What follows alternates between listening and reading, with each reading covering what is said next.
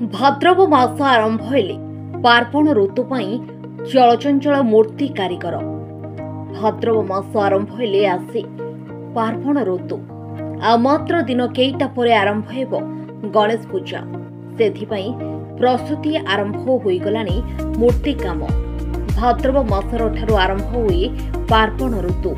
एहा परे गणेश पूजा, विश्वकर्मा, दशहरा, लक्ष्मी पूजा पर्यंत चलिबो एही मोर्मयी मूर्ति पूजा। मूर्ति गुड़िक विभिन्न रंग देवा सह साजसजा करिबारे लागि पड़िछन्ति मूर्ति कारीगर। ए दृश्य होछि कटक जिला आठगड़ अंचल महालपड़ा ग्रामर। वंशानुक्रमे विभिन्न प्रकारर मूर्ति तैयारी करिथन्ति एही ग्रामवासी माने।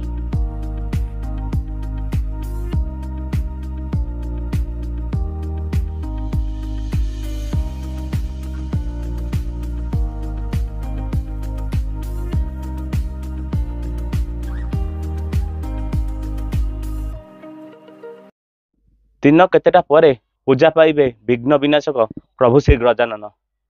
बेस चलचंचल हो पड़ी थाए कटक जिला आठगड़ महालपड़ा गाँव। यही गाँ कारीगर माने दिन राति एक करी लगी पड़ी था मूर्ति बनइबारे।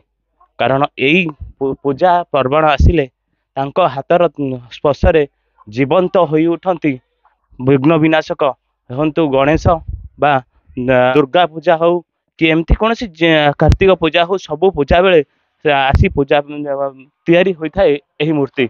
आम सहित अच्छा किसी कारीगर अच्छा सहित पचारि बुझा कह आज्ञा केते दिन हम ए पूजा पूजा पाई मूर्ति तैयारी कर कौन कौन मूर्ति तैयारी करती? प्राय 2-4 मास पूर्व ये सब काम आरंभ हो जाए।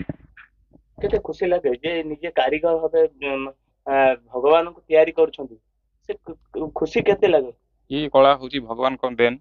ये कला आम देर भगवान एतिक ये करछंती बोली कि आम बहुत गर्वर सहित बहुत खुशी अच्छे। आम मूर्ति कौन कौन मूर्ति तैयारी करती केते टंका पर्यंत मूर्ति अछि? हमर मूर्ति गणेश मूर्ति, विश्वकर्मा, सरस्वती, काली, लक्ष्मी आमर कार्तिकेश्वर पर्यंत ये सब काम हुए। आम सीजनल काम ये मूर्ति एठी केवल तैयारी करती ना बाहर को जाती? बाहर भी आम जाओ।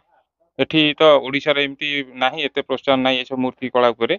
आमे को बाहर को जीवा पड़े आम काम धंदा करिया पाई।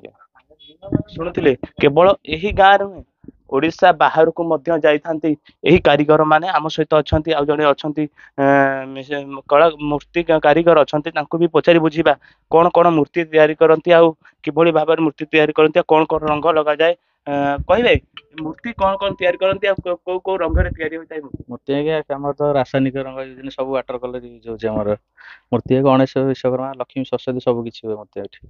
को जगह को जानते मूर्ति तैयारी करिया को एठो को जगह को मूर्ति जाए? मूर्ति आगे कटक, भुवनेश्वर, हम पाख अंचल ढेंकानाल जाए, दूर बाट हेले गंजाम बरमपुर सेडे जाए मूर्ति।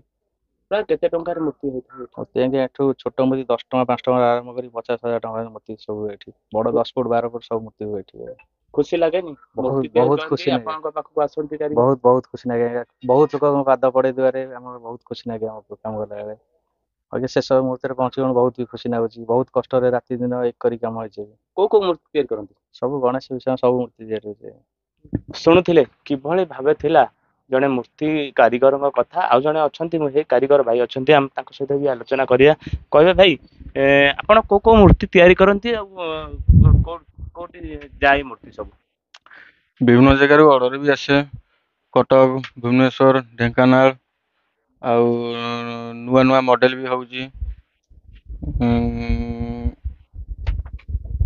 तालचेर, ढेंकानाल, जगतपुर, कटक। केबेटो ए मूर्ति आरंभ करंती आ केबे सरथाय? 2 मास पूर्व काम आरंभ हुए। 2-3 मास पूर्व देखा जाते से गोटे छोट बाल गणेश भी तैयारी है कि से मूर्ति कोठी के जीवा आ तार ऊपर कोन कहबे? से जाउची ढेंकानाल जाउची आनंद बाजार। शुणुथिले किभली भाबे मूर्ति तैयारी करंती ओ मूर्ति पई केते परिश्रम करिबा को पड़ी थाए। आठगड़ महालपड़ा गाँव नृसिंह राउत, हर्षिका मीडिया।